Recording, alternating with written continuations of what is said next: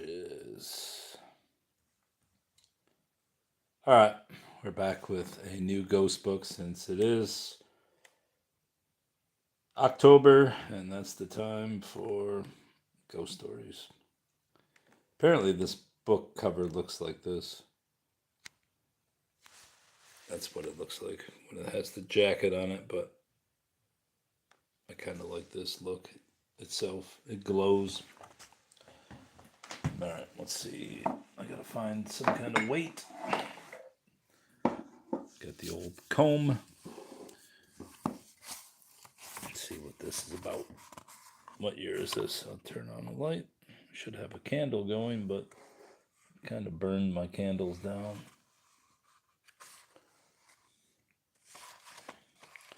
What year is this? 1980-ish? 1981. The After Midnight Ghost Book, edited by James Hale, Franklin Watts. He's also edited two other ghost books, the Midnight Ghost Book and the 13th Ghost Book. Contents, introduction. We shall read the introduction and at least one ghost story. Introduction. When you ask writers to write a ghost story for a collection such as this, they say that they've never written one before and it's not their kind of thing. They are thinking of the invisible coach and horse rattling and neighing up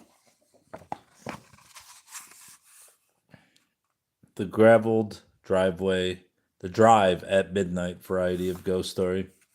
No, you say, any kind of ghost story will do, as long as it's good. Any kind, they ask, dubiously. At this point, you are expansive and confident in the breadth of their imagination. Take your pick, you say, historical, romantic, fantastic, modern, experimental, conventional, real, whatever you like. They go away and brood. A few months later, the stories begin to arrive, and they have taken you at your word. It's extremely unnerving. The variety of the stories in this collection is, to my mind, extraordinary. Take first, for instance, Robert Nye's brooding and superb story, Glendower. Move from there to Steve Stern's present-day American tragicomedy. Go on to the pseudonymous H.H. Washbrook's disturbing German experience. Travel a few continents to James Aldridge's Australian Aborigines trial. Return to Fay Weldon's modern lives in an English stately home. The stories cross sea and centuries with the ease of a phantom passing briskly through a brick wall. No, I can't read Isaiah 53. I'm reading this book. I don't know, in fact, of any recorded cases of ghosts crossing continents. If a family emigrates to Australia in order to flee a British poltergeist, does the pet kookaburra get flung across the living room? Ghosts have been known to haunt aeroplanes. The Bermuda Triangle isn't too safe for sailing vessels.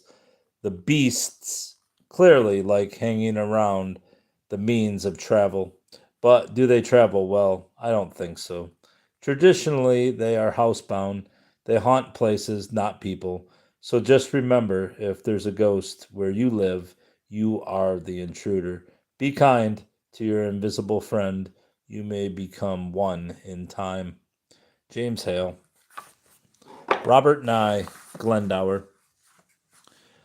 That night he was born, there was a storm. The rain came down thick and cold. Well, I mean, who puts this name in a book?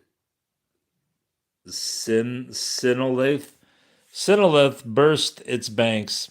It was so dark that you couldn't see your hand if you held it up in front of your face. Then, about midnight, the storm ceased. The downpour softened to a steady drum, drum, drum. After a while, the moon rode out. The wind dropped, and the stars stood still. But there was something stormy even in this new calm. The mountains to the west and north looked on fire with moonlight. The river Tanit ran red. Suddenly the sky was full of birds. A swan drifting low over the water shed feathers as it flew. Cocks began to crow as if the day had come. In the big brocaded bed in the highest tower of the house called Sitcharth, the woman lay back and smiled at the child which the midwife was holding up by its heels. She hummed, tired and pleased, and she listened to the child's first crying. "Oh, Wayne," she said. The woman was beautiful. She had long black hair and blue eyes. Her name was Helen. She was descended from the princes of Dehubarth, one of the three families which had once ruled all Wales between them. And that's Wales, the country, not the animal. Owain, she said again, and I'm sure I'm mispronouncing that like I've mispronounced every name that's in this book. The midwife nodded. The midwife had red hair and a long nose. The right name, she said. She took up the dagger she had used to cut the birth cord and plunged it into a bowl of water. A name for a prince, the mother said softly. The child had stopped crying now. She held him in her arms, but his head was turned away from her. The child's eyes were wide open. It was as if he was already staring with some kind of understanding at the dagger in the midwife's hand. The firelight on the blade, said Helen. She shivered. Oh, put it away, do. I could see it reflected in his eyes. The midwife said nothing. She picked up the dagger's sheath, which was made of snakeskin, and tried to slip the shining blade into it. The sheath swelled and burst. Then there was red all over her fingers. You've cut yourself, said Helen. The midwife shook her head. Her hair was the same color as her hands, and that hair seemed to drip red too, as the firelight licked at it. She held up the broken sheath. I'm not cut at all, she said. The sheath was full of blood. Helen frowned, dabbing at her forehead with a square of wine-soaked silk. She had lost quite a lot of blood in giving birth, and now she was beginning to feel dizzy and confused. She kept staring at the midwife's crimson fingers. She hugged the child tight to her breasts. Then her puzzled blue eyes turned away to the wall, and she noticed another sheath. A bigger one, a richly embroidered one, a sheath with a long sword in it. Helen hesitated for only a heartbeat. She took a deep breath. Her knuckles were white where her hands tightened about the child. Go on, she whispered. My lady, draw that sword, Helen said. The midwife drew the sword from the long sheath. The sword came out dripping with blood. More blood flowed from the open mouth of the sheath. It was like a wound that could not be staunched. No, said Helen weakly. No, no, no.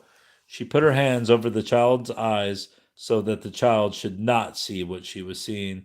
But the child began to cry again when she did that, and it cried and it cried, and it would not stop crying until its mother took her hands away and let those bright little eyes get their fill of the bloody sword and the bleeding sheath on the wall.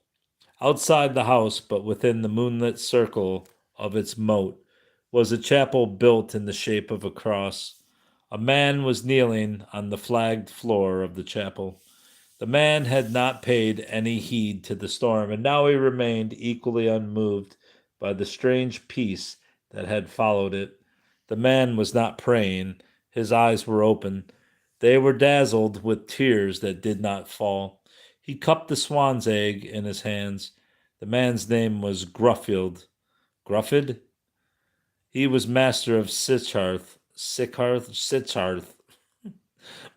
Why these names? And Helen's husband. Royal blood flowed in Gruffid's veins also, and showed in the way he raised his head proudly to gaze at the altar.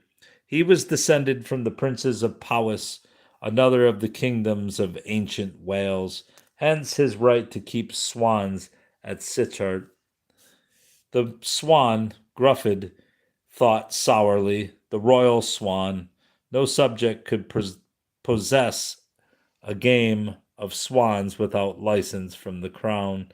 Once his family would have granted the license to others. Now they were supposed to be grateful that a foreign king granted such right to them on account of their royal descent. Tall, tapering beeswax candles burned on either side of the crucifix. The Christ looked angry, a trick of the darkness, no doubt, but the candle flames themselves looked angry to Gruffydd's eyes.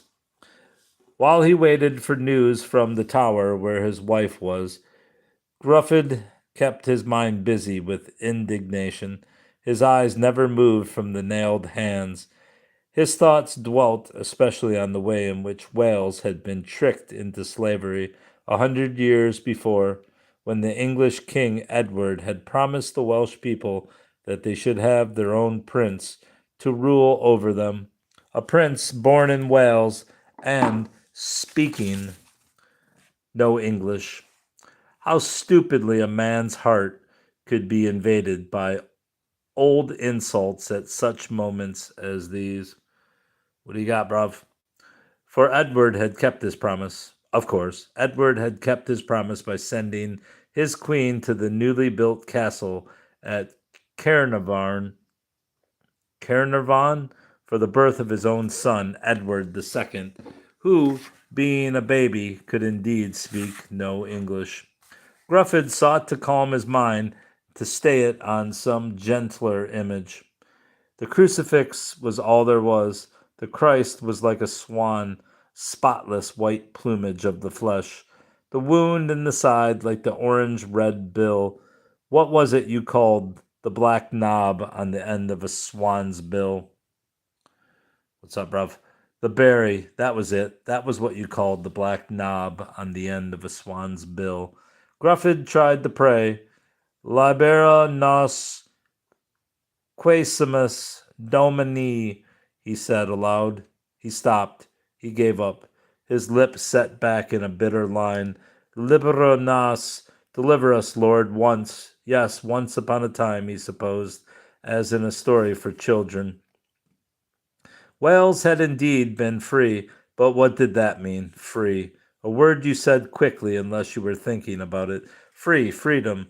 Would the wind before the English came have blown more wildly on these same hills? Would the rain before the English came have tasted sweeter to the tongue? It was not impossible. It was not impossible. The wind and the rain were free, and they let you know it. Freedom.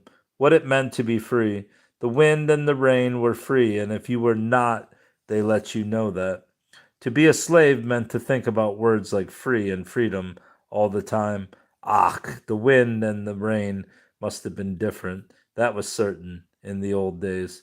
Libera nos, besides which, had not the Welsh themselves once been the masters? Yeah, bruv, this is what it's for. What's it called again? Ghost Stories After Midnight. The After Midnight Ghost Book.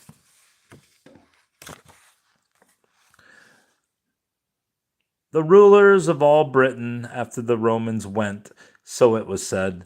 But then there had been trouble with the Picts and the Scots, and Vortigern had let the Saxons in, Hengist and Horsa. Gruffydd had seen a history by a monk called Gildas, De excidio et conquestu Britanniae.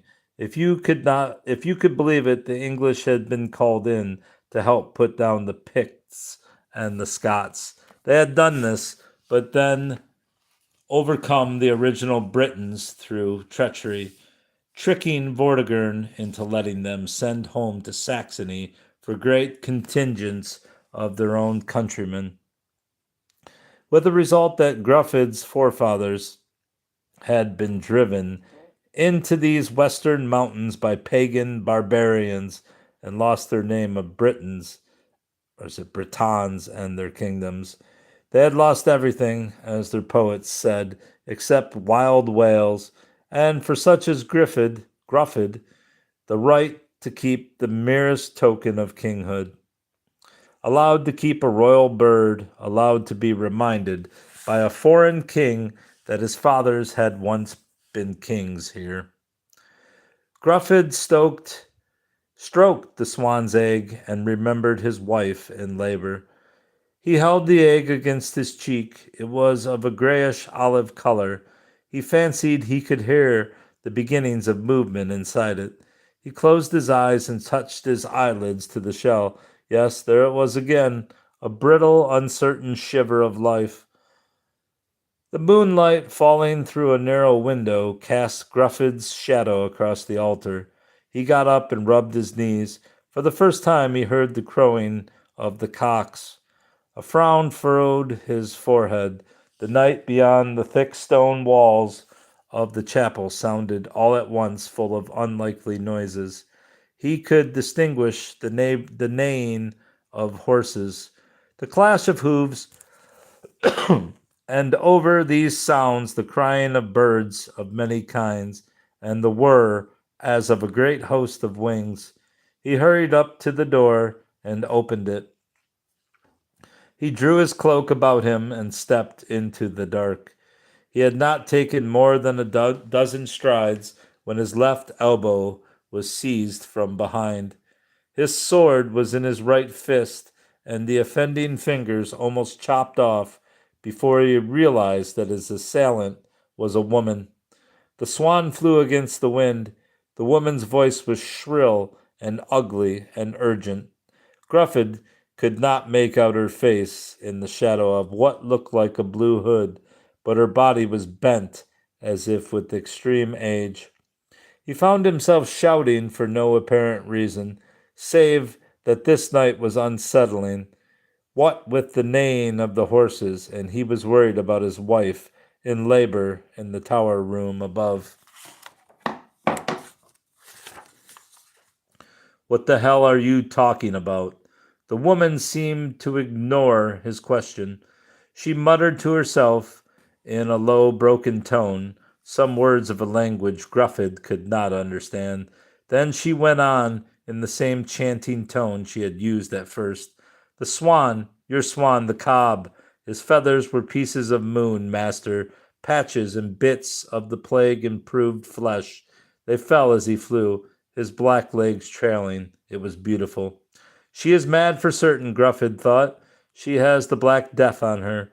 Her manner suggested a mixture of disease and second childishness, and the patronizing authority of someone suffering from the delusion that they are God.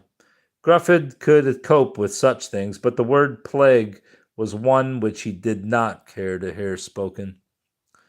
Half the people living on his own lands had died of it at, oh my God, what kind of word is this? Glendefordwy?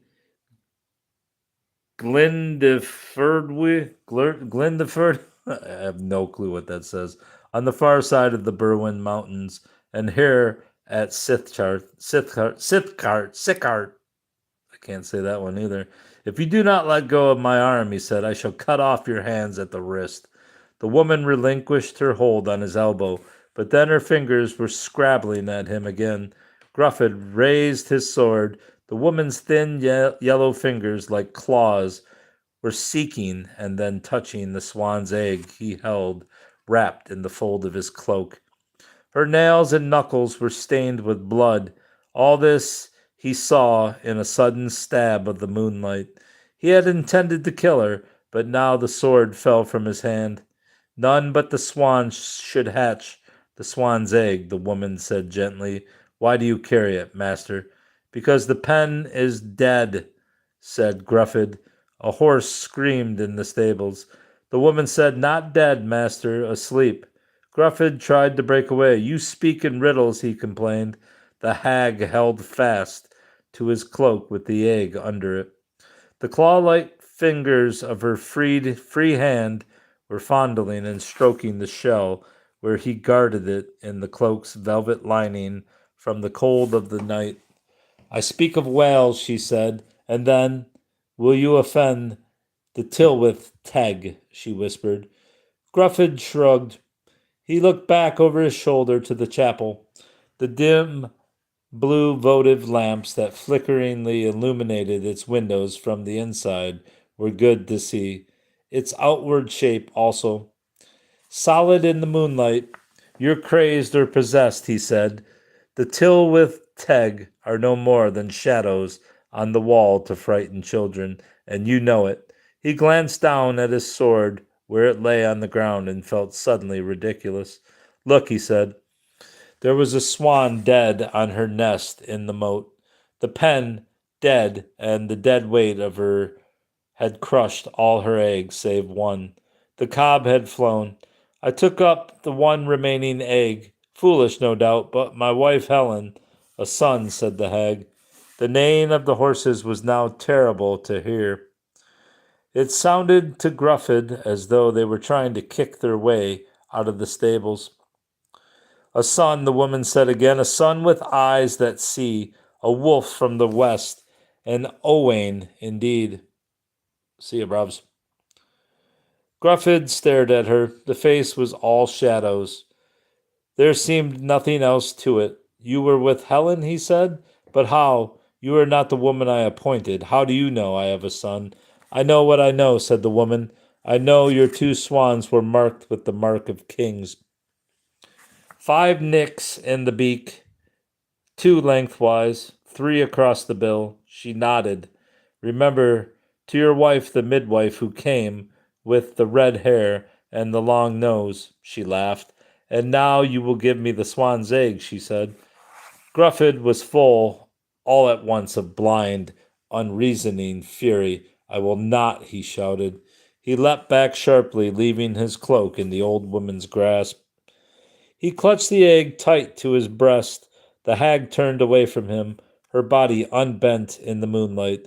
As he looked upon her from the back, she was old no longer, but young and tall, and with a gait like a queen.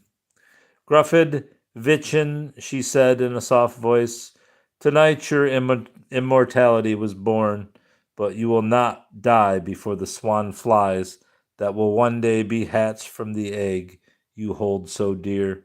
Birds wheeled above her in the night sky. She stretched out her arms to them as if to bless or curse, and she was gone.